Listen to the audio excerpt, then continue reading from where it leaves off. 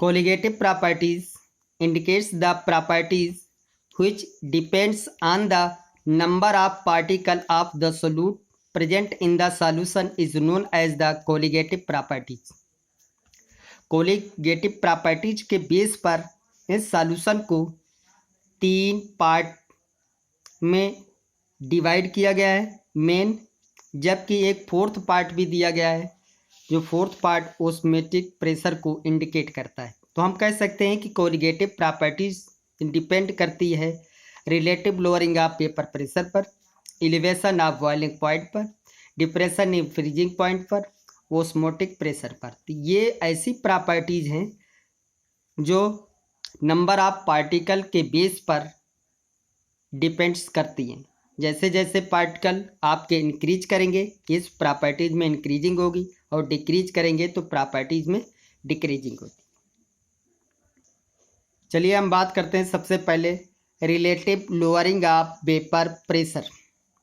Lowering in vapour pressure of liquid in the solution with respect to pure form of that liquid is known as the relative lowering of vapour pressure. According to the Raoult's law, PA equal to P naught A XA,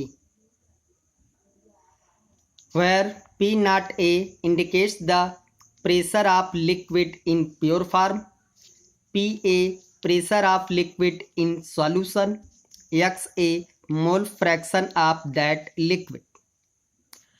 Lowering of pressure, it means that जब हम pure pressure में से solution के pressure को minus कर दें तो that is the lowering of pressure. इसी फार्मूले को अगर हम सेपरेटली लिखते हैं तो according to the Raoult's law PA equal to P naught A XA, तो P naught A minus PA equal to P naught A minus bracket में P naught A XA। P naught A को अगर हम common ले लें तो 1 minus XA आ जाएगा। हम जानते हैं according to the mole fraction XA plus XB equal to 1, तो उसी के बेस पर हम लिख सकते हैं कि 1 minus XA equal to XB for 2 component के। तो so P naught A minus PA equal to P naught A XB। इसका डेरिवेशन अगर हम रिलेटिव लोअरिंग के फॉर्म में करेंगे तो रिलेटिव लोअरिंग का मतलब हुआ कि इसका रेशियो, तो P naught A minus PA upon P naught A equal to P naught A XB upon P naught A। तो P नॉट A से P naught A right hand side में cut जाएगा, जो इक्वल में बचेगा केवल XB। तो P naught A minus PA upon P naught A equal to XB को जब हम सेपरेट करते हैं तो हमें मिलेगा NB upon NA plus NB according to the mole fraction of solute. Let delta P equal to P naught A minus PA।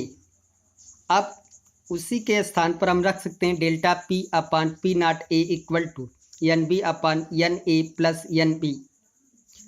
If NB is more lesser than NA, कह सकते हैं कि NB इतना छोटा है कि NA के comparison में उसको निगलेक्ट माना जाता है, तब NA plus NB approximately equal to NA के बराबर हो जाएगा। तो उस कंडीशन में हम जब ड्राइव करना स्टार्ट करेंगे तब लिखेंगे delta P upon P naught A equal to NB upon NA।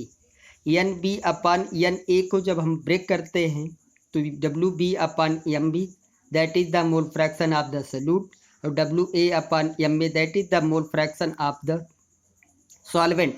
और इसको हम सेपरेटली इस प्रकार से भी लिख सकते हैं कि P naught A minus PA upon P naught A equal to WB multiply MA upon WA multiply MB। चलिए अब हम एक एग्जांपल लेकर के इसको समझते हैं कि किस तरह से रिलेटिव लोअरिंग को कैलकुलेट किया जा सकता है। एग्जांपल है 20 ग्राम CH3OH यानी methyl alcohol is dissolve in 360 gram of water. Calculate it relative lowering of vapour pressure in atmospheric condition. Solution given, कौन कौन से फैक्टर दिए गए हैं इसमें, WB amount of the solute 20 gram, MB molar mass of the solute CH3OH 32 gram, WA amount of the solvent 360 gram, MA molar mass of the solvent is 18 ग्राम। तो NA will be WA upon MA 360/18 equal to 20, NB 20 upon 32 equal to 5/8। जब हम delta P upon P naught A निकालेंगे तब हम लिखेंगे XB, यानी इसको पहले ब्रेक करेंगे, NB upon NA plus NB equal to 5/8 upon 20 plus 5/8। अब 5/8 अपॉन 160 अपॉन 8, 20/1 के रेशियो में डिनोमिनेटर को हम 8 बनाने के लिए 8 से ऊपर नीचे दोनों मल्टीप्लाई कर देते हैं, तो आपका 160/8 बन जाता है। डिनोमिनेटर अगर आपका सेम हो गया तो अपर नंबर आप ऐड कर सकते हैं। तो 5/8 अपॉन 160 प्लस 5/8, इसको हम सेपरेटली इस तरह भी लिख सकते हैं, 5/8 मल्टीप्लाई 8/165। आगे जब हम कैलकुलेट करते हैं तो 5/165 इक्वल टू 1/33।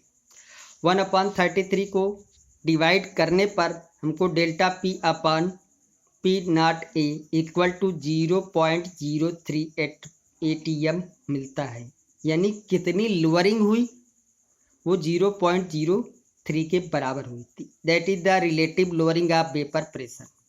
तो रिलेटिव लोअरिंग आपकी मिलती है 0.03 एटमॉस्फेयर। Okay, thank you.